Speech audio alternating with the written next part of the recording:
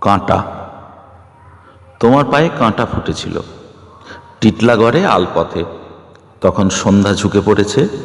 তুমি বলতেই আমি বললাম, দাঁড়াও, নড়ো না। তোমার পায়ে আমি হাত দেব এজন্য তোমার লজ্জা। তোমার পাটা তো ফাটা ফাটা নয়, লজ্জা কি?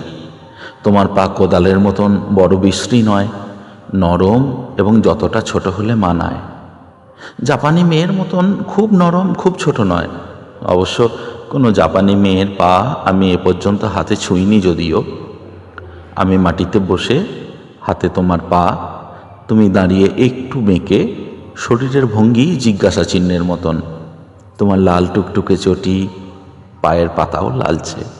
কোথায় ব্যথা? যেখানে কাঁটা ফুটেছে। কোথায় কাঁটা? আমি জানি না। ঠিক, কাঁটার কথাটা আমারই জানা উচিত। আমি তোমার পায়ে হাত বুলোতে লাগলাম। দেখো কোথায় কাঁটা। এই তো দেখছি।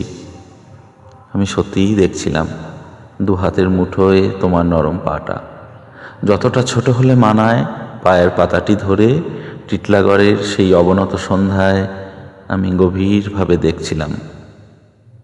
কাঁটা দেখিনি, দেখেছি গোলাপি সৌন্দর্য। কিন্তু কাঁটা খুঁজতেই হবে, নইলে তোমার পায়ে ব্যথা হবে, বিষ। এই তো এখানে, খুব ছোট, প্রায় দেখাই যায় না। এত ছোট কাঁটা হাত দিয়ে তোলা যায় না। ঠোঁট দিয়ে তোলার জন্য আমি তোমার পদচুম্বন করলাম। তুমি এই অসভ্য বলে আমার মাথায় হাত রাখলে, দেবী মূর্তির মতন ভঙ্গি।